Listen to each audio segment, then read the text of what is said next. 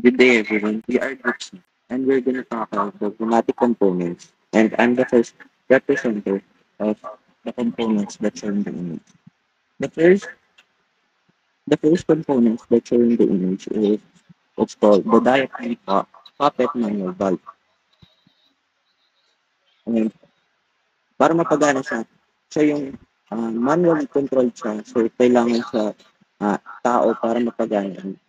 Para ma-activate siya, kailangan mo lang siya i- i-push ng kabilang side para ma-activate yung flow ng hangin papunta sa kabilang components. And the next is, Our next component is the filter regulator system. So, meron tayong dalawang uh, component sa system na yun, which is yung filter and then yung regulator. So, the first one is the filter, which ensure clean, dry, and stable air supply. And then the next is regulator, which control the air pressure of the system or the pneumatic circuit. So, in working process, so the air pressure comes from the compressor, which flows through the filter, then to the regulator before it flows to the main pneumatic circuit. And then we will next go to the next component. PP things na po is for multiple ports para madaming tube ang nakakonekta and to give more airway. Next is the double acting cylinder. So, yun yung schematic niya. Pag yung back end niya may pressure, so mag-extend yung rod, lalabas yung mag-exhaust siya sa front end. Kapag yung compressed air naman nasa front end, magre-retract yung rod and lalabas naman yun mag-exhaust sa may back end. The next one is yung next naman is the Y connector is component used to split a single compressor into the two separate lines. Parang siya yung siya yung distributing airflow na nag-distribute sa different parts of the pneumatic system. Next is Miss Hans Mika. So next naman po is yung coupling. So coupling is a connector of different types of tube. For this example, the clear blue tube is around 6 mm and the other tube is around 4 mm. Para makonekta natin siya at hindi na tayo mahirapan, coupling yung parang magiging sagot para makonekta natin tong dalawa. So in short, this coupling makes the pneumatic system more flexible, efficient, at safe. Hindi mo na kailangan gumamit pa ng iba or mag-adjust pa ng iba pang tubes para lang mapagana natin yung pneumatic system. And ito naman yung ating next component. Ito ay tinatawag na 5-2-way valve. Sinabi siyang 5-2-way valve because it has a 5-port and 2 position. 5 means 5 port and 2 means 2 position. Ang kalimitan gamit ng 5-2-way valve is to control a double acting cylinder. Kasi nga, ang double acting cylinder is meron siyang dalawang port. Front end port and back end port.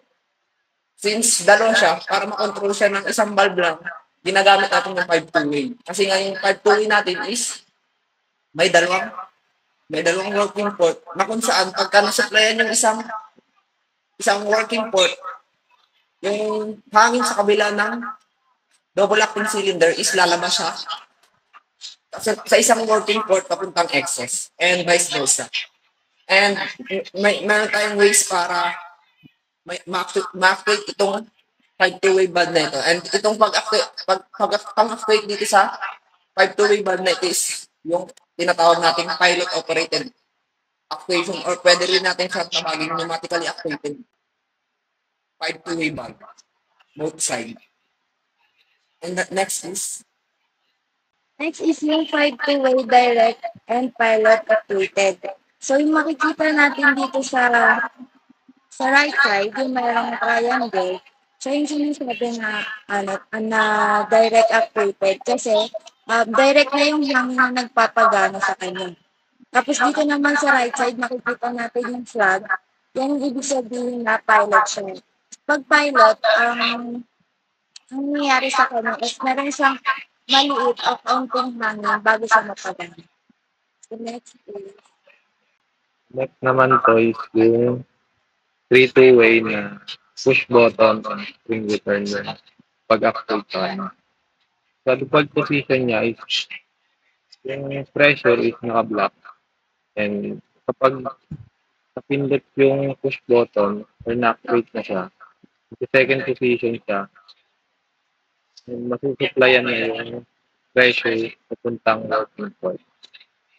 Kapag binitawan naman yung push button, babalik lang siya kasi may spring return.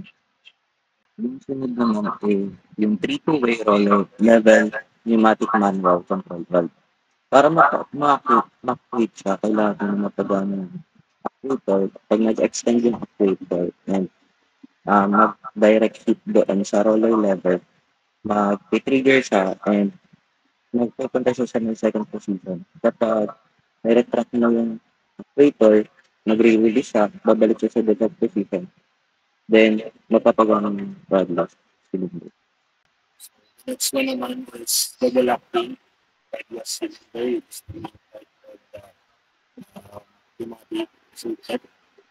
So, double acting rudless is a pneumatic actuator that produces linear motion without an external piston rod. The motion is transferred to an external carriage. So, unlike yung nasa baba na double acting linear cylinder, so ito, wala siyang rod. Ang motion ng rudless cylinder is forward and reverse only. So, ang operation niya is controlled by the 5-2-way directional control valve. So, ang dalawang working port na 5-2-way, which is yung nasa baba, so, in a way, lalagay mo siya dun sa dalawang pressure port rudless cylinder to work. So, ang pinaka-main na operation lang is the forward and reverse. So, depende na lang kung lalagyan natin siya ng components para mas complicated process. The next one is And yung last naman natin is, same lang siya dun sa isang double acting cylinder. Double acting cylinder din ang tawag nito dito sa component na to. Ang kaibahan lang natin is round cylinder siya. And yung purpose naman ng kung bakit may round cylinder tayo and yung may square type cylinder tayo is depende lang sa situation kung saan natin siya gagamitin. Halimbawa, yung paglalagyan ng cylinder na yun is ng isang cylinder is rounded or yung round cylinder yung magkakasya, then mas gagamitin natin yung round cylinder. Pero same lang siya ng purpose or function dun sa isang cylinder. Ang kaibahan lang talaga is kung saan natin siya gagamitin and yung pagpapwestihan natin. Kung alin yung mas suitable type of cylinder na dapat natin gamitin. And din lang po yung mga components dito sa araw na.